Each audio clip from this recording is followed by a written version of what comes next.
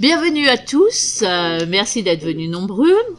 Cette journée d'études est un peu différente de celle dont nous avons l'habitude, dans la mesure où elle ne va pas présenter des recherches qui donneront lieu à un ouvrage, mais où elle part d'un ouvrage qui devrait être publié et qui le sera fin mars pour en rendre compte de manière pédagogique. Alors, vous avez tous en main la table des matières de l'ouvrage. Vous voyez que c'est assez copieux. Alors, ce que vous voyez, c'est qu'il y a vraiment une table des matières développée.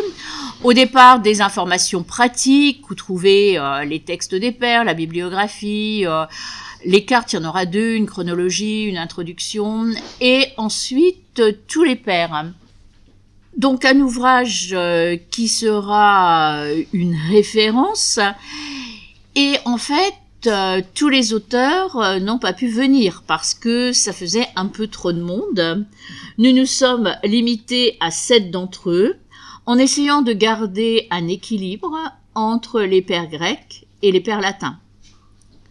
Lorenzo Perron aurait voulu être des nôtres, mais il est retenu par une soutenance de thèse.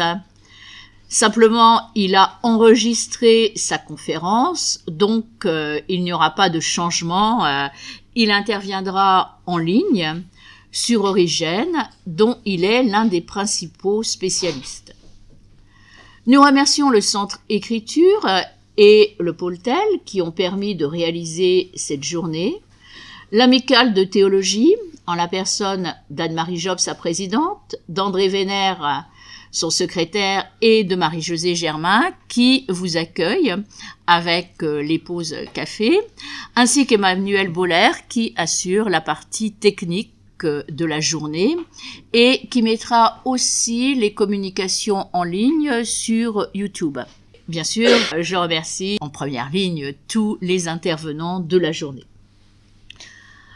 Vous vous interrogez peut-être sur le sens et le bien fondé de ce nouveau manuel de patristique. Alors, pour la petite histoire, il m'a été commandé il y a une dizaine d'années par les éditions Artege DDB qui avaient eu un best-seller dans l'ouvrage de sœur Gabrielle Peters qui était une présentation agréable et accessible des pères de l'Église avec des extraits. Et comme l'ouvrage était épuisé, il souhaitait en publier une version actualisée. Mais en réfléchissant, en discutant avec d'autres patrologues, il est également ressorti que le maître ouvrage en 4 tomes de Johannes Queston, l'initiation aux pères de l'Église, était également épuisé. Ce qui a amené à envisager un nouveau manuel de patristique, aussi attrayant, nous le souhaitons, que celui de sœur Gabrielle Peters, et avec la rigueur scientifique et les bibliographies aussi complètes que possible de Johannes Queston. Nous avons aussi pensé que compte tenu de l'évolution des études sur chaque auteur, il était préférable que je ne sois pas seule à présenter l'ensemble des pères de l'Église. Par exemple, je ne suis pas spécialiste d'Isidore de Séville, loin de là. Donc, il fallait que chacun soit présenté par un spécialiste afin d'aller à la découverte des pères de la manière la plus complète possible. Sans doute y a-t-il depuis Otto Bardenhever un certain nombre de manuels de patristique. Ceux de Berthold Altaner, d'Hubertus Droepner, de Michel Fédoux et nombre d'autres. Les uns, comme ceux d'Adolphe Arnac, de Michele Pellegrino, de Manlio Simonetti, de Claudio Moreschini et d'Enrico Norelli, ou encore celui de Bernard Poudron, ont une orientation plus littéraire.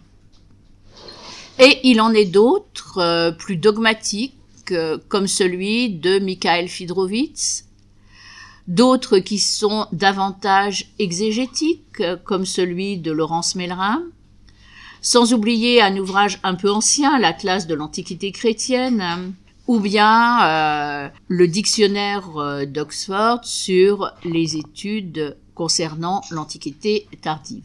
Il y a une constellation déjà d'ouvrages, et le nouveau manuel que nous proposons suit l'évolution chronologique pour présenter les pères, tout en prenant en compte, pour l'un ou l'autre, l'apport exégétique, littéraire, dogmatique, liturgique, ainsi que les recherches les plus récentes, et nous nous sommes aussi efforcés de préciser les grands tournants de la patristique.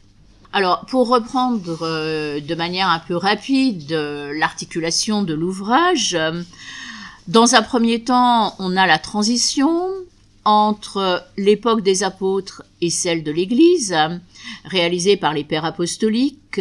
Les plus connus d'entre eux sont Ignace d'Antioche, Polycarpe de Smyrne et Clément de Rome.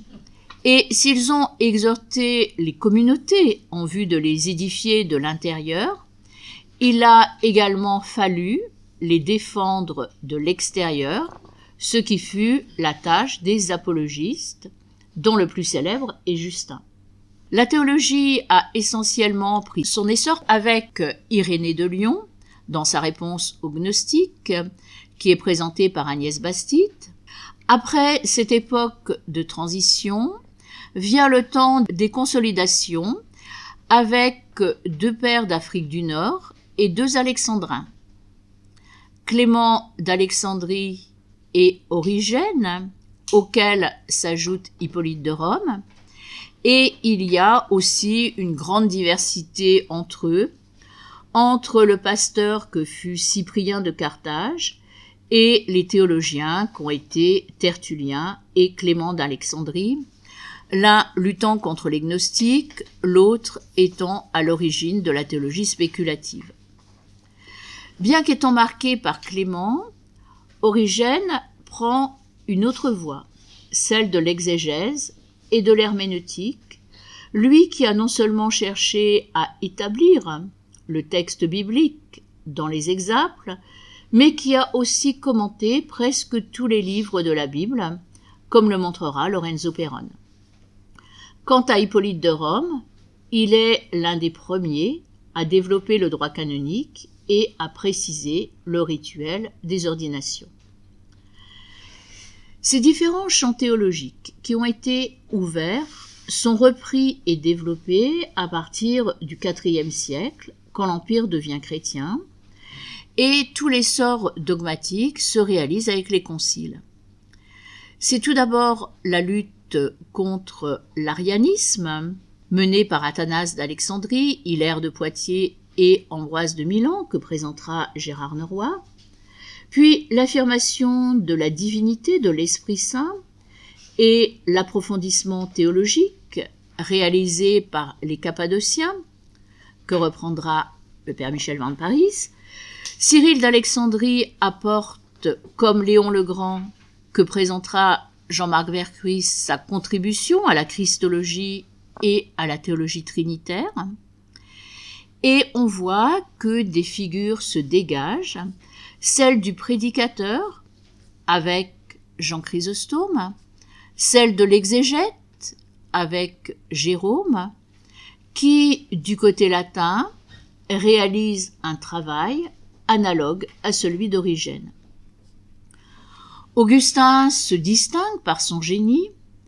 Jean Cassien transmet à l'Occident le meilleur de la tradition monastique orientale des pères du désert, dont nous parlera le père Ugo Zanetti. Les pères espagnols que présentera Jacques Elfassi apportent également leur contribution. Maxime le Confesseur et Jean Damascène reprennent en une synthèse l'acquis de leurs prédécesseurs et préparent la voie au Moyen-Âge. Compte tenu de l'évolution des recherches que nous avons envisagées lors de colloques ici même, un chapitre préliminaire est consacré au rapport entre judaïsme et christianisme, ce qui n'intervenait pas dans les autres manuels de patristique, et il est rédigé par José Costa. En effet, le milieu de vie des pères de l'Église est vraiment à prendre en compte, ce qui implique non seulement l'étude du rapport entre judaïsme et christianisme, mais aussi entre paganisme et christianisme, jusqu'à l'édit de Milan de 312, qui a marqué un tournant avec la reconnaissance officielle du christianisme comme religion. Le vocabulaire est présenté en introduction, le nom de père de l'Église, le rapport entre les pères et les docteurs de l'Église, le rapport entre patrologie et patristique. Mais ce qui est plus important, c'est de voir que les pères sont autant de témoins du Christ à travers les âges, et chacun en représente un visage, et justement les articles de ce manuel en rendent compte. Alors comme chacun dit un peu comment il a présenté ces articles, de mon côté, en plus de l'introduction et des controverses christologiques, j'ai présenté 4 pères, Athanase, Basile de Césarée, Augustin et Jean Cassien. Saint Athanase et Saint Basile, j'en suis pas spécialiste, loin de là, mais comme il y a eu une série de défections et qu'à un cas j'ai fait ce que je pouvais, en fait, et paradoxalement, l'article le plus difficile à rédiger a été celui sur Saint Augustin. Parce que même si je connais bien l'auteur et son œuvre, il y a une telle ampleur que en rendre compte, même en une 50aine de pages, c'est un véritable défi.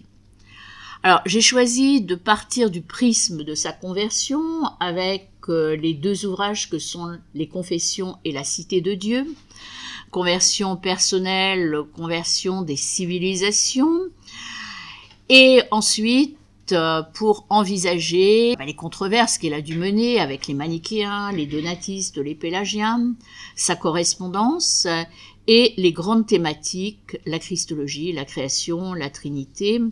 Donc essayer de dire le maximum sans oublier les dialogues philosophiques, sans oublier de petites œuvres, mais c'est vraiment difficile.